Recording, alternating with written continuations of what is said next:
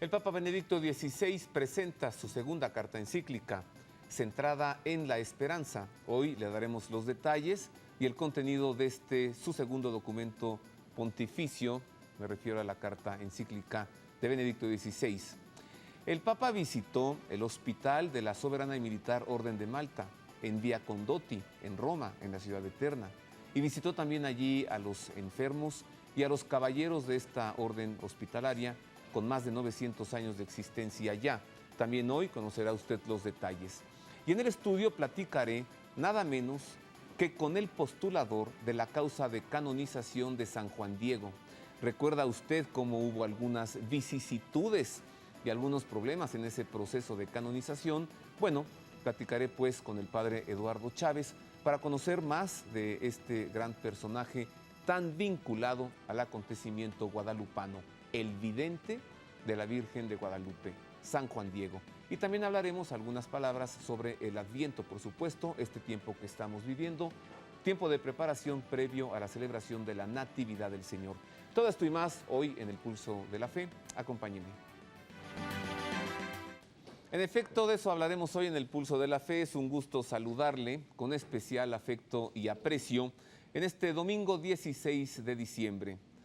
Quédese con nosotros, el programa se torna de interés especial y particular. Profundizaremos, como les decía, en la figura de San Juan Diego. Pero antes vayámonos a Roma, desde el balcón, desde la ventana del apartamento apostólico, desde la ventana de su despacho personal. Como todos los domingos, el Papa rezó el Ángelus y entregó un mensaje, una catequesis para reflexionar durante la semana.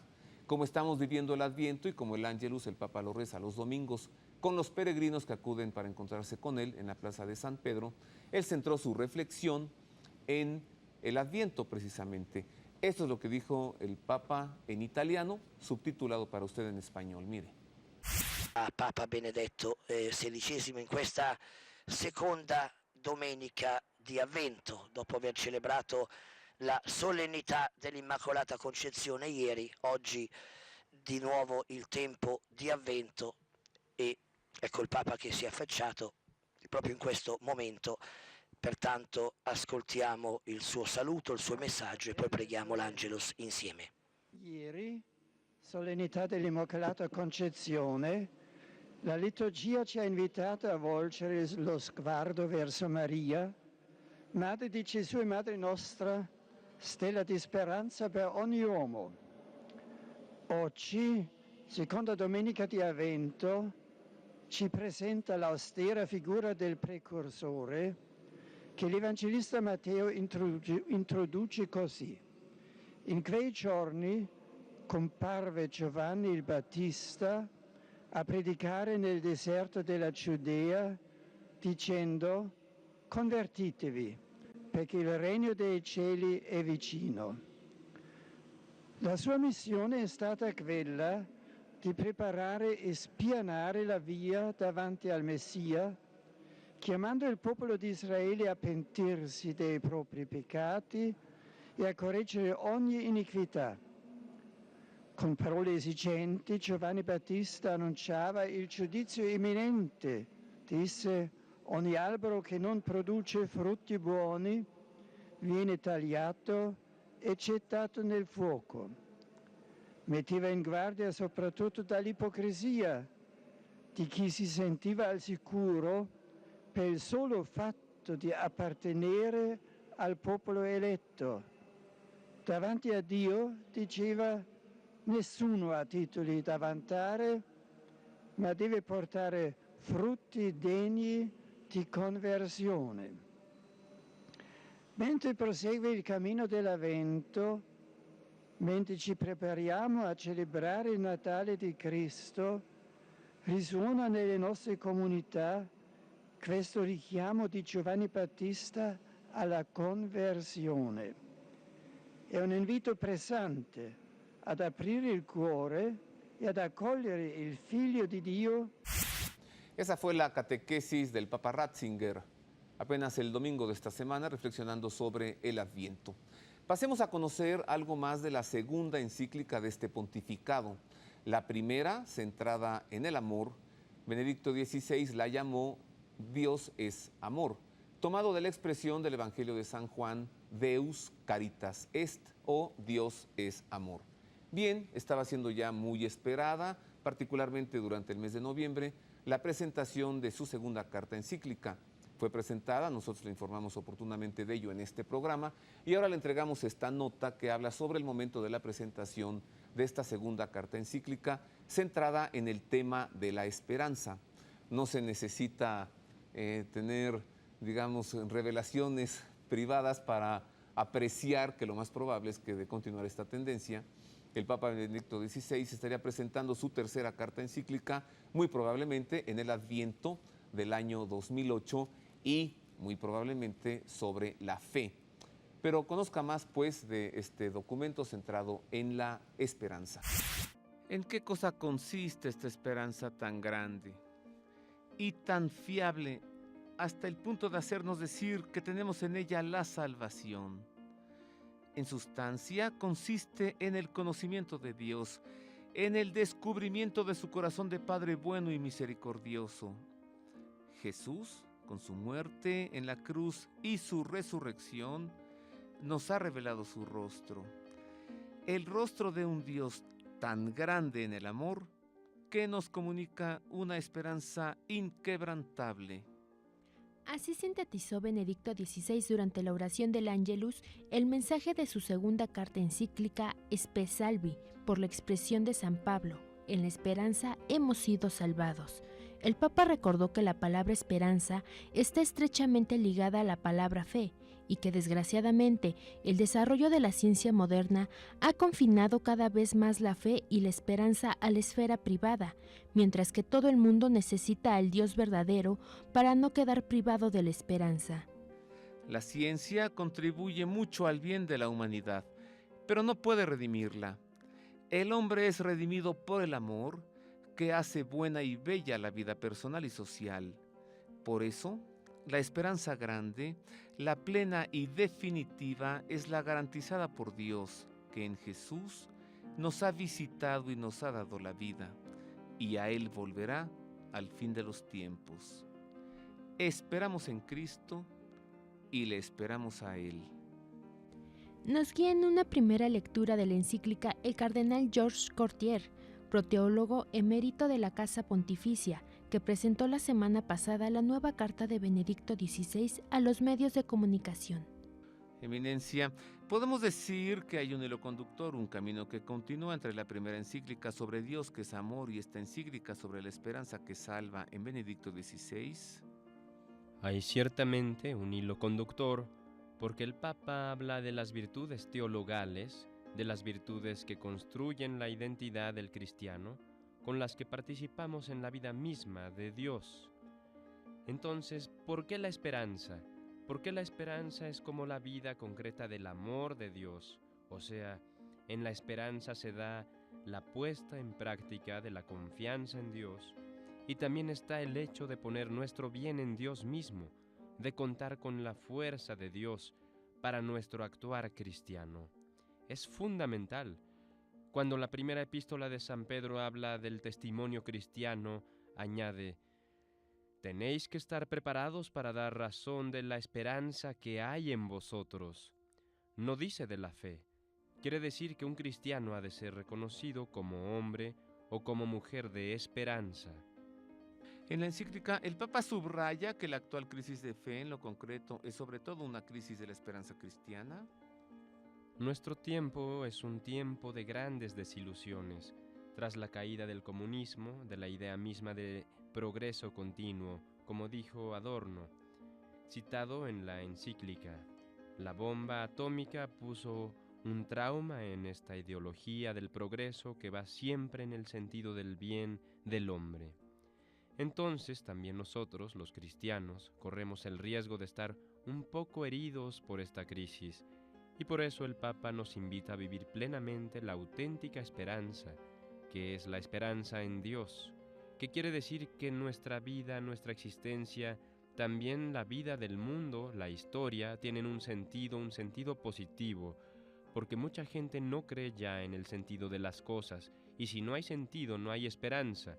Si hay esperanza, hay sentido.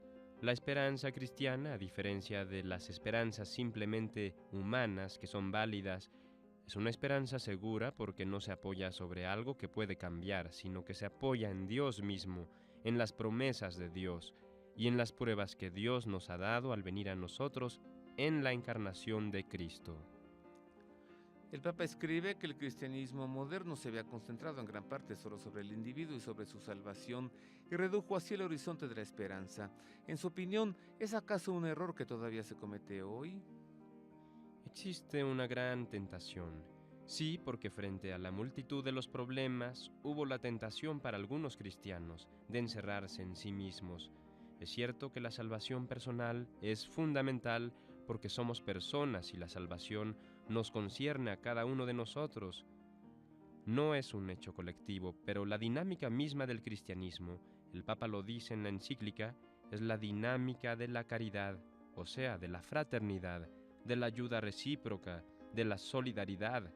Este culto, yo diría que demasiado intimista de la esperanza, es una traición de la esperanza cristiana.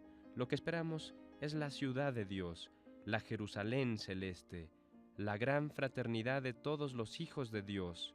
Quizá se ha olvidado este aspecto y así hemos dejado muchos campos de la sociedad humana en los que la esperanza esperaba la presencia de los cristianos que no han estado allí siempre. Se entiende que para Benedicto XVI todos los hombres de buena voluntad, si tienen esperanzas justas, son colaboradores de Dios en la construcción de un mundo más humano. Pero la única y grande esperanza es solo la esperanza en Dios. La gran esperanza está solo en Dios, porque es la esperanza en Dios la que sostiene, diría yo, la validez de todas las demás esperanzas. Si solo existieran las esperanzas de este mundo, puede intervenir la muerte, la enfermedad, también factores que no dependen de mí, porque todo lo que esperamos de nosotros mismos es válido, pero es frágil. Podemos ir más allá de nuestros límites porque hay algo que nos ha llamado a la vida en su plenitud. En la encíclica el tema de la vida es importantísimo, la vida eterna o la vida en su plenitud, que es la vida de Dios. Finalmente es el sentido último que justifica y sostiene todas nuestras esperanzas, la vida divina que Cristo nos comunica a través del misterio de la encarnación y de la redención. Es ya el germen de la plenitud de la vida que será para toda la eternidad, que será la participación directa en la vida misma de Dios. La esperanza es un tema que particularmente necesita hoy la humanidad, pues la esperanza es ese don divino, esa virtud de Dios, esa cualidad teologal, junto con las otras tres, la fe y el amor, que Dios ha querido compartir con la criatura humana. La esperanza nos impulsa, nos motiva, nos levanta. La esperanza nos entrega una fuerza especial para continuar el camino y para llegar más allá de nuestras posibilidades. El Papa sabe bien de esto y por ello, entre otras cosas, ha dedicado su segunda carta encíclica a la esperanza. En otro tema, pero en más de la actividad apostólica, como le decía, el Papa visitó el Hospital de la Orden de Malta, que se encuentra en Via Condotti, en la ciudad de Roma, a 3 cuadras del metro Plaza de España y de la Plaza de España. Allí adosado al hospital está también el Palazzo di Malta, o el Palacio, el gobierno central de la soberana y militar orden hospitalaria de San Juan de Jerusalén, de Rodas y de Malta, pues además de ser una orden religiosa de la Iglesia, es también una nación en el exilio, sin territorio, a partir de que Napoleón Bonaparte les quitara a los caballeros de la Orden de Malta la isla de Malta, Comino y Gozo, debajo de Sicilia y arriba de África, en el archipiélago maltés, en el centro del Mediterráneo. Desde entonces, la Orden continúa siendo una nación, pero como le decía, sin territorio, exiliada en Roma, y la sede de su gobierno central está precisamente en Via Condotti. Allí el príncipe Andrew Bertie pues gobierna los destinos de la Orden, presente en prácticamente todos los países del mundo, con acciones hospitalarias, con hospitales, con dispensarios, con programas de entrega de medicamentos, atención a desastres naturales y muchas cosas más. El Papa Benedicto XVI visitó este hospital, visitó a los enfermos y le entregamos la nota completa. Mire. En una caricia y en una mirada de amor, puede sintetizarse la visita de Benedicto XVI al Hospital Romano San Juan Bautista de la Soberana Orden de Malta. El Papa presidió la celebración de la misa del primer domingo de Adviento en un pabellón cubierto del hospital y después visitó las salas de la unidad de reanimación, área especializada en el tratamiento de pacientes salidos del coma. Entre aquellas paredes llenas de expectación donde cada gesto marca el fatigoso camino de la reconquista de la propia existencia, el pontífice aportó una palabra concreta de esperanza. Una lenta peregrinación entre las camas, confortando a los enfermos y a sus familiares, demasiado a menudo víctimas de la soledad y el miedo. Benedicto XVI les dio una chispa de esperanza que se hace fuego de amor en el abandono en Dios. Dios nos visita misteriosamente en la prueba y en la enfermedad. Y si nos abandonamos a su voluntad, podemos experimentar el poder de su amor. Dando las gracias a todos los que con sincero espíritu de solidaridad siembran gestos y palabras en los campos del dolor y de la enfermedad, el Papa recordó que el Señor no nos abandona nunca, llevándonos de la mano y acompañándonos con amor. El tiempo de Adviento, además, es un tiempo privilegiado para descubrir los susurros del Padre Celeste, las continuas visitas que Jesús realiza todos los días a las vidas de cada uno. Nos pide que estemos atentos, dijo el Papa, para percibir su presencia y nos advierte que le esperemos vigilando, ya que su venida ni puede ser programada o prevista, sino que será imprevista e impredecible. Solo al que está despierto no lo coge de improviso. ¿Qué cosa quiere hacernos comprender el Señor con esta advertencia? Sino que tenemos que dejarnos absorber por la realidad y las preocupaciones materiales hasta el punto de quedar atrapados en ellas. Hemos de vivir bajo la mirada del Señor, con la convicción de que Él puede hacerse presente cada día. Si vivimos así, el mundo es mejor.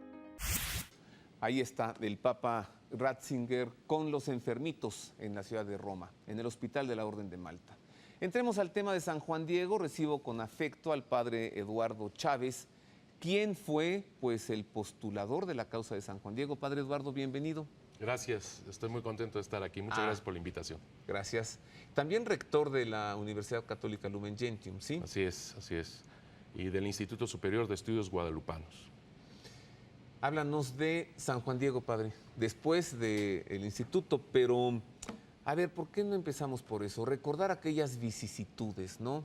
Hablemos de lo bueno, claro, pero no podemos dejar de recordar algunas cartas que se enviaron a Roma de gente de la iglesia diciendo, Juan Diego no existió, es una leyenda, es un personaje inventado, ¿no? ¿Cómo van a canonizar a alguien que no existió?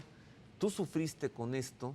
¿Y qué sucedió para echar abajo los argumentos infundados? Yo diría que más que sufrir, fue un arduo trabajo, pero al final de cuentas, esto ayudó muchísimo, precisamente para que se conociera a profundidad el hecho guadalupano. No cabe duda que la Virgen de Guadalupe, en las vicisitudes, en los problemas, ella saca cosas de salvación maravillosas, sinceramente. Yo estoy muy agradecido a Dios, a Santa María de Guadalupe y al mismo San Juan Diego, que me hayan permitido conocer un poquito más sobre todo este maravilloso evento. Efectivamente, en 1981 aproximadamente comenzó este proceso para la canonización de San Juan Diego. Se logra... ¿Cuándo fue beatificado? En 1990, el 6 de mayo. Entonces, el 81 se introdujo el proceso para beatificación. Sí, exacto. Entonces, que va hasta el culmen con la canonización en el 2002. Pero en la beatificación, en 1990, fue el 6 de mayo, con el Santo Padre aquí también en México, cuando se beatifica Juan Diego. Posteriormente vinieron más vicisitudes en esto que refieres, con cartas efectivamente, con gente de iglesia, con gente de otro tipo, en fin. Al final de cuentas, yo siempre estuve muy de cerca, incluso desde la beatificación, con Monseñor José Luis Guerrero, sobre todo, desde 1982-83. Entonces fui conociendo el tema, me fui adentrando poco a poco a más y más cosas. Pero en 1995-96 fue cuando más explota todo esto, y en 1998 fue cuando el señor cardenal Norberto Rivera Carrera, que le agradezco infinitamente la confianza depositada en mí, me encargó la parte histórica, como cabeza de la comisión histórica. Hacer histórico a Juan Diego, bueno. buscar historicidad en Juan Diego. Claro, y esto es las fuentes históricas y la convergencia de las fuentes, una metodología científica en esto. Ahora bien, ciertamente la aparición en sí, pues no hay un video, no hay una cosa, pero la repercusión de algo semejante, por supuesto que existe, y además un personaje que es totalmente histórico, y lo reflejan los documentos. Documentos que algunos decían que no existían, algunos decían también que los franciscanos habían inventado que la devoción, que Montúfar había mandado pintar incluso la imagen, y hasta llegaron a decir que hasta 1648 Miguel Sánchez había inventado todo esto, ¿verdad? Decían también que cómo es posible que Fray Juan de Zumárraga, siendo arzobispo de México, no documentó el hecho a España, ¿no? Bueno, de hecho lo documenta en otro sentido, es decir, él permite la erección de la ermita y ahí están los vestigios, ahí están los cimientos de la primera ermita. O sea, él en cierta forma lo documenta, por supuesto, haciendo la voluntad de María Santísima. Por el otro lado, también hay que conocer el ambiente histórico de su época. Mucha gente no sabe que a Fray Juan de Zumárraga los mismos españoles lo intentaron asesinar. En un arrebato. ¿Con qué motivo? Sí, es para hacer todo un programa interesante. A ver, pues sí, abre boca. ¿Por qué quisieron matar a Fray Juan de Zumárraga? Sí, la situación no solamente para la aparición, no es solamente que la Virgen dijera, pues a ver dónde me aparezco sin más. Hay un conflicto terrible en México que solamente una intervención así de Dios, a través de Santa María de Guadalupe, podía resolverlo. ¿Te refieres a la caída de Tenochtitlan? Parte de este conflicto. Y 10 años después tiene lugar el acontecimiento guadalupano. Así es. Parte del conflicto era la conquista. Sí, ¿Y, parte del conflicto. ¿Y qué más? Es la conquista terrible que sufrieron algunos, sobre todo el Imperio Mexica. Hay que recordar que la conquista no fue solamente en bloque de los españoles, sino los españoles junto con otras tribus contrarias al Imperio Mexica. Claro. O sea que no es tan fácil resolverlo, es muy complejo. Posteriormente también la enfermedad, la viruela, mató a la mitad de la población indígena. Monseñor José Luis Guerrero da buena cuenta de esta tragedia, catástrofe terrible, en su libro Flor y Canto del Nacimiento de México. Cuando uno lee ese libro, se lo recomiendo, Flor y Canto del Nacimiento de México de José Luis Guerrero, bueno, es espeluznante de veras ver cómo quedó mermada la población de México Tenochtitlan después de las batallas, ¿no? Así es. O sea, el pueblo estaba hecho pedazos. Así es. Sin emociones, sin ánimo, deprimido. Nuestros dioses fueron destruidos, no existen, no hay en qué creer, ¿no? Este último punto que tocas, para mí, es el peor que ha vivido el pueblo indígena. Si te quitan la fe, te quitan todo. Claro, más allá que el combate en conquista, más allá que la enfermedad, el hecho de que ellos ven que el sol, la luna, las estrellas, la lluvia, salía exactamente igual, ahora sin corazones, sin sangre, porque ellos pensaban que los corazones y la sangre en Guerra Florida era el alimento para que surgiera esto. Y ellos están palpando que todo es igual. Entonces viene una depresión terrible. Hay que leer Miguel León Portilla, Cantares Mexicanos, La visión de los vencidos. Hay un libro excepcional de Miguel León Portilla, Toltecayotl, increíble. Ahí nos damos cuenta de esta depresión de parte de los indígenas, cómo sufrieron. Esto último que tocas es lo más espeluznante. Esa es una parte, pero casi nadie sabe la otra parte. Debo hacer una pausa. Sí. Así No se pierda el claro. próximo capítulo. Aquí hay que meterle suspenso. Una pausa, regresamos para conocer más de esta segunda parte, más del acontecimiento guadalupano centrado en la figura de San Juan Diego, un indito del que dice el mismo relato, el Nican Mopogua, dice, era un pobre hombre, un indito. Luego el mismo Juan Diego dirá, yo soy un mecapal, es decir, de los pobres, el más pobre, el más pequeño, ¿no? Así es. Y le preguntaré también al padre Eduardo Chávez, ¿por qué siempre en las apariciones marianas el vidente ha de ser muy pequeño? Por ejemplo, en Fátima, unos niñitos pastorcitos que ni sabían leer. En Lourdes también, unos niñitos. En Cuba, unos pescadores, ¿no? Y en México, un indito. ¿Por qué el vidente debe ser pequeño, ignorante? Volvemos con esto y con más.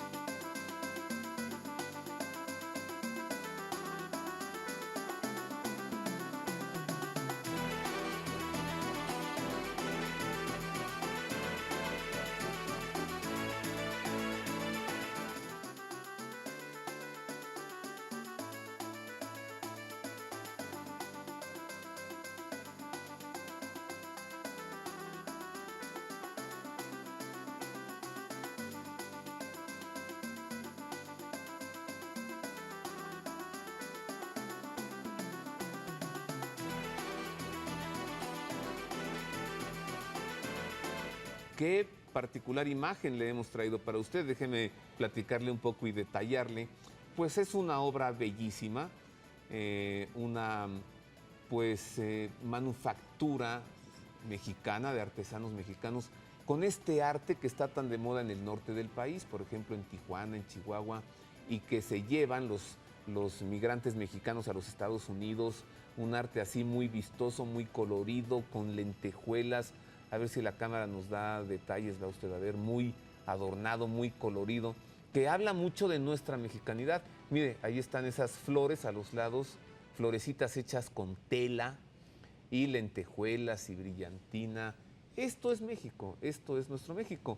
Además hay imágenes de la Virgen de Guadalupe, pues muy barrocas y muy adornadas y con hoja de oro y todo. Pero a propósito quise traer para usted esta imagen que habla mucho de nosotros los mexicanos. Vamos a continuar hablando sobre el tema de San Juan Diego. Continuaré platicando con el padre Eduardo Chávez, quien es el postulador de su causa de canonización.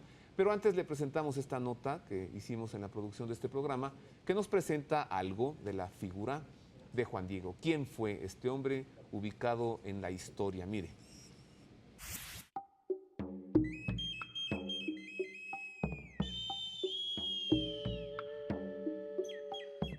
El Nican Mopogua es el relato de las apariciones de Nuestra Señora de Guadalupe a Juan Diego, ocurridas del 9 al 12 de diciembre de 1531. Este documento fue escrito originalmente en la lengua náhuatl, todavía en uso en varias regiones de México. Fue impreso en 1649 por el bachiller criollo Luis Lazo de la Vega, entonces capellán del Santuario de Guadalupe.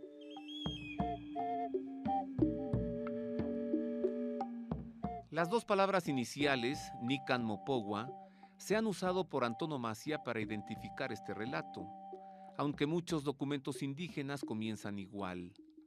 El título completo, en español, es: Aquí se cuenta, se ordena, cómo hace poco milagrosamente se apareció la perfecta Virgen, Santa María, Madre de Dios, nuestra Reina, allá en el Tepeyac, de renombre Guadalupe. Este libro, el Nican Mopogua, es la principal fuente de nuestro conocimiento del mensaje de la Santísima Virgen al vidente Juan Diego, a México y al mundo. La copia más antigua se halla actualmente en la Biblioteca Pública de Nueva York.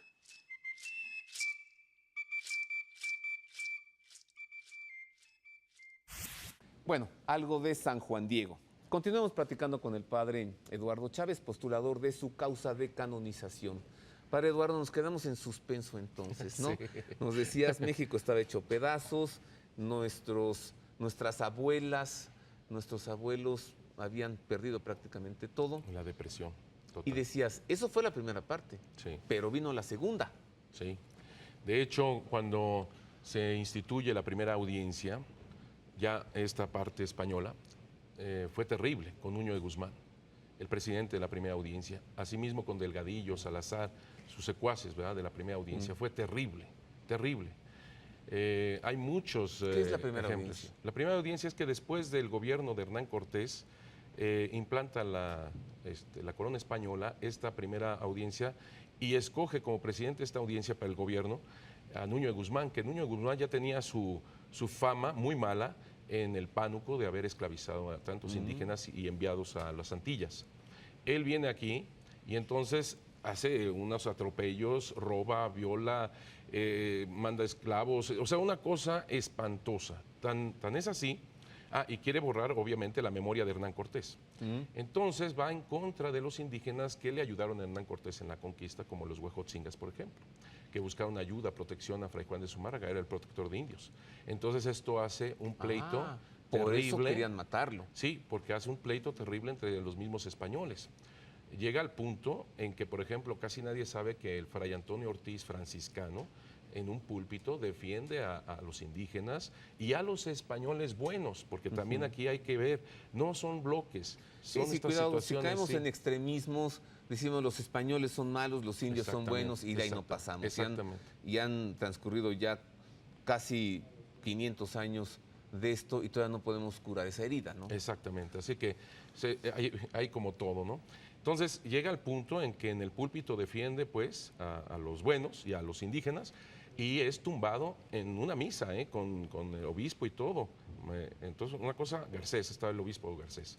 Lo más terrible fue cuando toma prisioneros, esto Delgadillo, amigos de Hernán Cortés, trata de defenderlos Fray Juan de Zumarraga, junta a todos los sacerdotes de México, franciscanos y dominicos, para liberar a españoles. O sea, este es un combate entre esta situación tan terrible, vamos, ¿no? Entonces llega al punto de golpear Delgadillo y Salazar a los frailes que intentaban ayudar a estos españoles, que por otro lado los estuvieron torturando, y Delgadillo con una lanza se la avienta a Fray Juan de Zumarraga. Hay que leer, por ejemplo, la biografía de García Casbalceta, ya viene desde ahí, cómo trataron de asesinar a Fray Juan de Zumarraga. Llega al punto, Fray Juan de Zumarraga, de lanzar el entredicho a la Ciudad de México y la excomunión a los miembros de la primera audiencia. Esto un poquito antes de la aparición, Fray Juan de Zumarraga le dice a todos los sacerdotes de la Ciudad de México: desnuden los altares, consuman el Santísimo, nos largamos de esta Ciudad de México. ¿Sí? Sí, que esta ciudad Fray se Juan quede Zumarraga sin Dios. Sí. De todo esto también da noticias al rey Carlos I, Carlos V, emperador, y como obviamente la primera audiencia bloqueaba cualquier información, sobre todo de los frailes, el mismo Fray Juan de Zumarraga en 1529 va hasta Veracruz para dar este informe, y son de esas diosidencias, vamos a llamarle, en donde encuentra un paisano vasco, hablan en vasco, y este informe, donde viene todo esto, que por cierto está en el archivo de Simancas en España, lo pone en una torta de cera, dentro de un barril lleno de brea, y como si fuera una boya, ¿verdad?, la amarran al barco, así los secuaces estos, para que pudiese llegar el informe. Para que llegue a manos de Carlos V. Y aquí hay un punto muy importante en ese informe, que para mí revela algo que es la aparición como tal. Fray Juan de Zumarraga le dice a Carlos V: si Dios no interviene con remedio, de su mano está la tierra que se pierde totalmente. Bueno, y de allí posiblemente que algunos no creyentes, claro, detractores, antiaparicionistas, digan que por eso se tuvo que inventar este acontecimiento, dada esa tragedia que se vivía, pues para darle solución hay que inventar una cosa así, ¿no? Esto les da un importante fundamento. No, que tampoco, porque... Y que traigamos la imagen pintada desde España y la presentamos aquí e inventamos el cuento de que se le apareció al indito ¿no? Son tan interesantes los documentos históricos que ahí, por ejemplo, en 1556, los franciscanos, en el documento de 1556, hablan de que no la quieren, no quieren a la Virgen de Guadalupe. ¿Quiénes? Los franciscanos. Ellos quieren cambiarle el nombre. No quieren que se llame Guadalupe, que se llame de Tepeaca o Tepeaquilla. Si fuera la de Extremadura, si hubiera sido así, hombre, con el éxito que tuvo, ¿verdad? Es tal el éxito de la Virgen de Guadalupe en el sentido de conversión de todos los millones de indígenas y españoles que van a pie a peregrinar, que entonces, por ejemplo, Fray Bernardino de Sahagún, en su obra, dice esta devoción satánica para paliar la idolatría. Sí, son los españoles franciscanos que no quieren a la Virgen de Guadalupe. Es más, un Jerónimo de Extremadura, hay dos cartas, 1574. ¿Fraile Jerónimo? Sí, y 1574 y 75, que va del convento de Extremadura, del monasterio de Extremadura, viene a México para ver esto de Guadalupe, la ve y dice: hay que cambiarle de nombre, no se parece nada a la de Extremadura. Si hubiera sido la de Extremadura, no diría eso, y mucho menos con el éxito. A ver, ¿por qué el nombre? ¿Qué significa por fin Río de Lobos? No, este es importantísimo, el nombre de que ella escoge. Santa María de Guadalupe. Y quiero aclarar aquí que fue Guadalupe, ningún nombre indígena. ¿Cuándo surge eso? En 1675, Luis Becerra Tanco es el primero que lanza como una hipótesis. Debió haber captado Juan Bernardino, que también es muy interesante que se lo revele a Juan Bernardino y no a Juan Diego. Ha de haber captado Tlezagualupe, otro nombre parecido, porque supuestamente en náhuatl no hay ni sonido G ni sonido D. Pero yo también te interrumpo ahora, en medio del momento interesante, claro, Es que son tantas para cosas. regresar y conocer de este nombre. Sí. ¿De dónde surge el nombre Guadalupe? Así textual, como lo ha dicho el padre Eduardo Chávez. Hago una pausa, pero antes le entrego el editorial semanal del padre Federico Lombardi. Él es director del Centro Televisivo Vaticano, director de Radio Vaticana y es también el director de la Sala de Prensa de la Santa Sede. En su editorial semanal, en esta ocasión, nos hace reflexionar sobre la relación que está creciendo entre cristianos y musulmanes. El Papa respondió a mitad de noviembre a la carta que le habían dirigido en octubre, al final del Ramadán, 138 líderes religiosos musulmanes, a él y a otras autoridades religiosas cristianas. Era una carta importante que ponía de relieve el puesto central del amor de Dios y del prójimo en el Corán, como en la Biblia judía y cristiana, con la clara intención de promover el trabajo común por la paz y en todo el mundo sobre la base de una comprensión recíproca más profunda. El espíritu positivo de la carta aparece claro desde el título, una palabra común entre ustedes y nosotros, cita de un famoso versículo del Corán dirigido a la gente del libro, judíos y cristianos. La respuesta del Papa recuerda que es necesario no infravalorar las diferencias, pero también pone de relieve sobre todo lo que une y anima al respeto y al conocimiento mutuo, al reconocimiento efectivo de la dignidad de toda persona humana, manifiesta sincera confianza en un camino de creciente acogida muy prometedora para la promoción de la justicia y la paz. Pero el Papa no se queda en las palabras. Invita al príncipe musulmán Ghazi de Jordania a ir a Roma con una delegación de los promotores de la Carta Común y propone un encuentro de reflexión y de estudio en el Pontificio Consejo para el Diálogo Interreligioso y algunas instituciones académicas católicas especializadas. En suma, el Papa cree en el diálogo, un diálogo sincero y leal naturalmente. También entre los musulmanes hay muchos interlocutores sabios y autorizados, conscientes de los grandes retos de la humanidad de hoy, y es positivo que crezca entre ellos una capacidad de expresión común y una voluntad de declararse explícitamente a favor de la paz. La dirección es correcta, es necesario ayudarse a seguir el camino.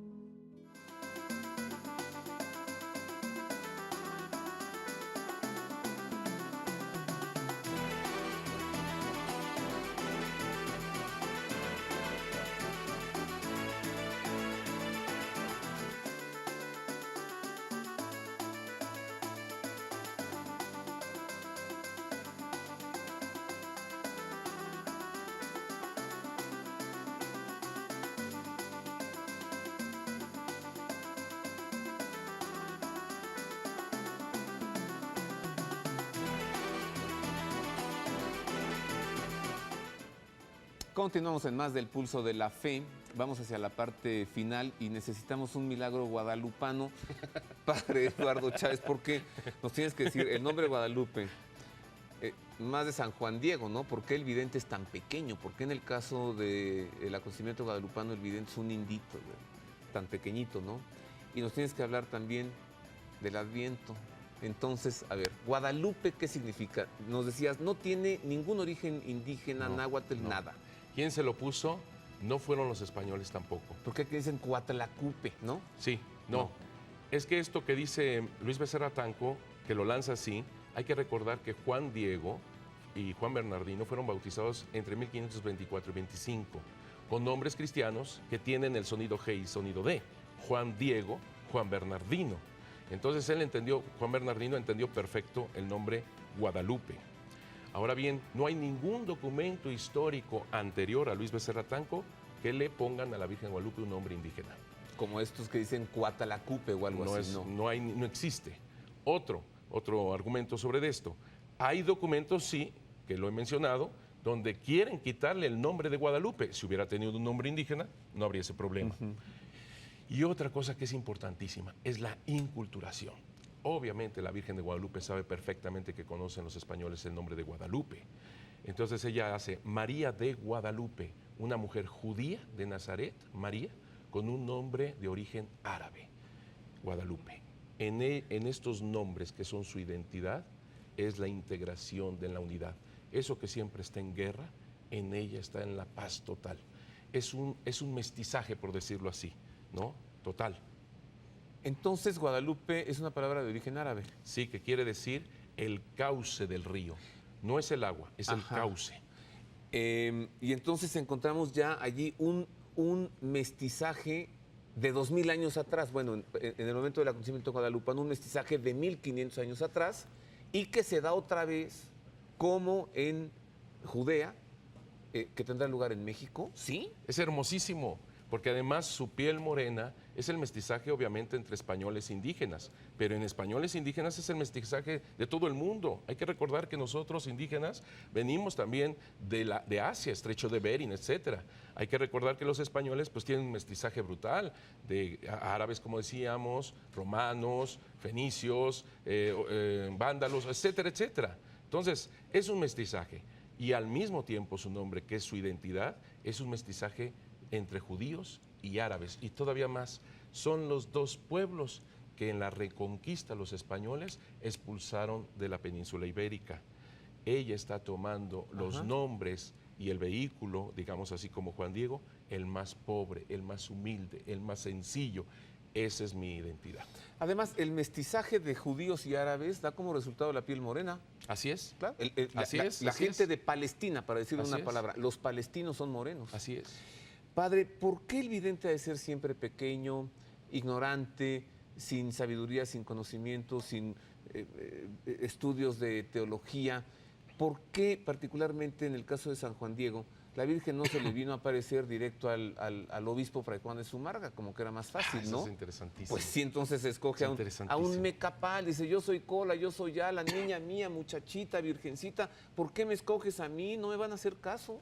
Siempre les he dicho cuando hablo de la Virgen de Guadalupe a los laicos que les tengo una envidia, una santa envidia, porque Juan Diego es pequeñamente grande, gigante, una fe inmensa, una sabiduría indígena, una sabiduría que había sido purificada gracias al catecismo de los franciscanos, había sido bautizado. O sea, es un humilde, sencillo, gigante, maravilloso, Juan Diego. Y les digo que tengo una santa envidia por esto, porque efectivamente la Virgen de Guadalupe podía haber ido directamente con el obispo Fray Juan de Zumárraga. Sin embargo, ella quiere la participación de los laicos a tal punto que les ruega, como a Juan Diego, mucho te ruego, hijo mío el menor. Y luego, todavía nosotros, por ejemplo, nos acercamos a la Virgen de Guadalupe para buscar su intercesión ante Dios. Es la Virgen del Adviento, es la Virgen de la Espera, que nos lleva a Jesús. Bueno, es la Madre de Dios, del Omnipotente, que va con Juan Diego y le dice, yo quiero que tú seas mi intercesor, que por tu intercesión se cumpla mi voluntad. Sí, pero tú dices los laicos. Los laicos, como sí, Juan pero Diego. bueno, de todos los laicos además es el más pequeñito. Sí, el humilde, en ese sentido, porque humildad no significa debilidad. Y cuando ella le llama el más pequeño de mis hijos, quiere decir el más amado, el más cuidado, a lo indígena, ¿verdad? Es el más cuidado. Por eso los diminutivos indígenas nosotros los tenemos, que es cariño, ternura, cercanía, dignidad. A eso me refiero. Efectivamente, es el pequeño, es el humilde, es el sencillo, pero eso no significa que sea el débil, sino que es el fuerte porque su fortaleza está en Dios. Además es su estilo, Padre Eduardo. El Hermoso. estilo de Dios Padre es encarnarse, nacer y tener por cuna un pesebre y unas pajas. Así es. Ya está su fuerza. Y darle por esposo a su madre a un carpintero. Así O es. sea, bueno, es el estilo de él. Para que se vea que es Él, que Ajá. realmente es Él.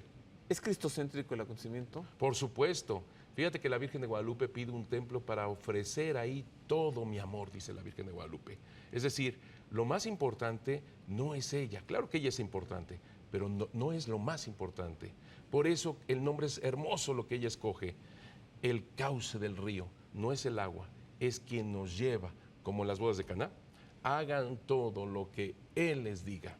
Por eso es cristocéntrico. Su imagen es cristocéntrica, es una mujer embarazada precisamente de Jesús, y ese es el centro de la imagen donde nos lleva Guadalupe. Yo quiero un templo para ofrecer ahí todo mi amor, que es su propio Hijo. Bueno, el milagro guadalupano ya se está dando aquí, solo falta una cosa, que nos sales del Adviento, porque la próxima semana ya será Navidad. Sí. Hoy, domingo 16, es el tercero, ¿no? Tercer domingo de Adviento. Sí. Sí, el siguiente ya será el cuarto y luego viene Navidad. Ya estamos. Entonces estamos más o menos en la mitad avanzada del Adviento. Una palabra sobre ello, padre. Claro, es a través de Guadalupe, por supuesto, es la Virgen de la Esperanza, es la Virgen de la Espera, es la Virgen de esa confianza. Por eso me da tanto gusto que el Papa Benedicto XVI haya escogido precisamente para este tiempo esa profundidad de lo que significa la esperanza, porque efectivamente la Virgen de Guadalupe es una mujer de Adviento. Hay que ver que ella se aparece el 12 de diciembre de 1531, que es solsticio de invierno, es decir, cuando el sol va venciendo las tinieblas, cuando comienza un nuevo amanecer, cuando comienza una nueva civilización del amor, que es lo que ella nos pide. Y esto es en la esperanza con el Señor. Por eso, en esto hay que tener una humildad como la de Juan Diego para lograr tener una esperanza grande como la de María. A ver, yo me regreso un poco a apariciones y videntes. Te voy a complicar. No, está bien. ¿Por qué encontramos en Fátima algunos contenidos catastróficos, no? El mundo se va a acabar, el sol se va a caer, y si ustedes no consagran mi corazón inmaculado a Rusia, pues entonces catástrofes terribles van a caer sobre la tierra. ¿Por qué encontramos algunos mensajes así en algunas apariciones como Fátima y en Guadalupe no? Es todo un mensaje suavecito, es una caricia, que nada te aflija, que nada te perturbe, no estoy yo aquí que soy tu madre, no soy yo tu salud, ¿no? ¿Por qué? Yo creo que ciertamente en la sabiduría de Dios... A ver, te digo una cosa más. Sí, cómo no. Porque fueron las primeras apariciones y en las más recientes ya se nos habla de acontecimientos que están cercanos. Bueno, yo pienso que el Señor habla en cada momento, en cada circunstancia, lo que necesita. Por otro lado, Santa María de Guadalupe ciertamente es amor, ternura, comprensión, cercanía, pero firmeza. No es amenaza, en eso estamos totalmente de acuerdo, pero es firmeza. Le dice a Juan Diego, tienes que ser tú. Y todavía le dice, y con rigor te mando. Y esto, hay un punto importantísimo. La Virgen de Guadalupe se somete al obispo. No se hace nada sin la autoridad del obispo. Forma iglesia, es madre de la iglesia. Esto es muy importante en todo este evento guadalupano. Yo creo que definitivamente cuando yo me muera le voy a preguntar al Señor por qué hizo estas cosas así. Pero lo que yo alcanzo de vislumbrar es que es el momento circunstancial, histórico, en donde se necesita la intervención de Dios con lo más amado, lo más apreciado, que es su madre. ¿Qué prefieres, Fátima o Guadalupe? María. ¿Sor Lucía o San Juan Diego? El laico comprometido de todos los tiempos. También son laicos, ¿eh? Por eso, el laico comprometido de todos los tiempos. También en Portugal son laicos. Sí, sí, sí. Y en Lourdes, Francia. Y en Cuba. Sí. Y en Aparecida, Brasil. Sí, sí, sí. Siempre el vidente es laico. Sí. Y en Aparecida estuvo muy, muy bonito porque se me acercó un sacerdote brasileño y me dijo, ¿cómo ve, padre? Aquí también en Brasil se apareció la Virgen. Dije, sí, pero su casa está en el Tepeyac. Ah, ¿y qué te parece esto, padre Eduardo? Que el Papa Benedicto XVI inaugura los trabajos de la Quinta Conferencia del Episcopado Latinoamericano y del Caribe y termina en su discurso de inauguración diciendo, encomiendo estos trabajos en Aparecida, Brasil, dice, a la Virgen de Guadalupe. Así es, así es. Y todavía cuando regala aquel tríptico hermoso, donde está Cristo como centro, hay un cuadro donde está Juan Diego con la tilma, con la Biblia, evangelizando a sus hermanos. Y en el texto del mensaje del Papa hace referencia al Cristo, no hace referencia a los demás cuadritos, solo hace referencia al de Juan Diego. En 5 segundos, ¿crees que algún día se encuentren los restos reliquia de San Juan Diego? Es decir, los huesos. Sí, no lo sé, pero tenemos la reliquia más hermosa de él, hermosísima. ¿Cuál? Que es su propia tilma. Ajá. Porque la señal de la Virgen no solamente fueron las rosas, sino su imagen plasmada en su tilma. Él mismo forma parte de la señal de la Virgen para el mundo entero. Oye, los restos reliquia de San Pedro se encontraron apenas en 1960 y tantos, 2000 años después. Sí. Así que no hay prisa con San Juan Diego. Gracias, padre Eduardo. Al contrario, gracias a ustedes. Que Dios los bendiga mucho y San Juan Diego. Bueno, en información vaticana vamos otra vez hasta Roma para entregarle la catequesis del Papa Benedicto XVI, lo que dijo en lengua española durante la audiencia celebrada este miércoles. Queridos hermanos y hermanas, San Paulino de Nola se dedicó en un primer momento de su vida a la actividad política, destacando por su sabiduría y mansedumbre en su cargo como gobernador. El contacto con la fe sencilla e intensa del pueblo fu il Il Papa ora nella catechesi in spagnolo, nella sintesi della catechesi in spagnolo, ricorda come Paolino iniziò come politico, la sua carriera politica, voleva costruire la città terrena, invece, grazie anche all'incontro con i pellegrini che veneravano il martire felice a Nola, scoprì la città celeste. Junto con su mujer, dar sus bienes a los pobres y fundar una comunidad monástica, llevando una rigurosa vida de oración, meditación de la escritura y caridad, acogiendo a los necesitados como si fueran el mismo Cristo. Asimismo, su labor como sacerdote y obispo de Nola se caracterizó por una atención particular hacia los pobres y peregrinos, dejando la imagen de un pastor siempre cercano a su pueblo en todas sus necesidades. Con su talento poético y su esmerada educación literaria, escribió muchos cantos para exaltar la belleza del Dios encarnado, crucificado y resucitado. En sus escritos destaca sobre todo el sentido de la Iglesia como un misterio de unidad y comunión. Saludo cordialmente a los visitantes. Il Papa saluta cordialmente i pellegrini di lingua spagnola.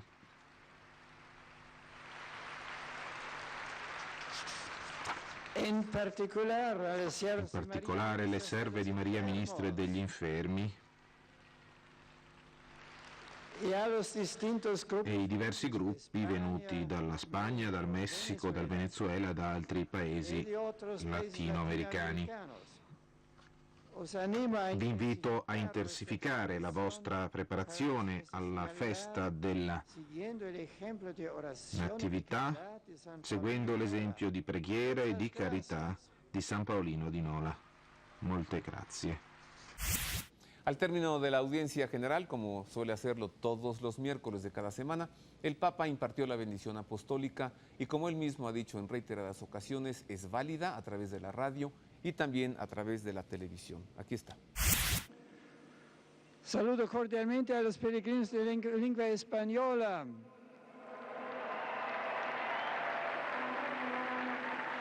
Aquí presentes y a cuantos participan en el rezo del Ángelus a través de la radio y la televisión. Que María, estrella de la esperanza, brille sobre vosotros y guíe vuestros pasos en este tiempo de Adviento. ¡Feliz domingo!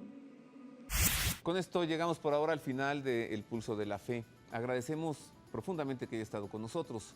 A nombre de mis compañeros, la producción de este programa y el staff técnico de Proyecto 40, le deseamos una feliz semana y le invitamos a que esté con nosotros el próximo domingo para entregarle el programa especial de Navidad. ¡Feliz Adviento!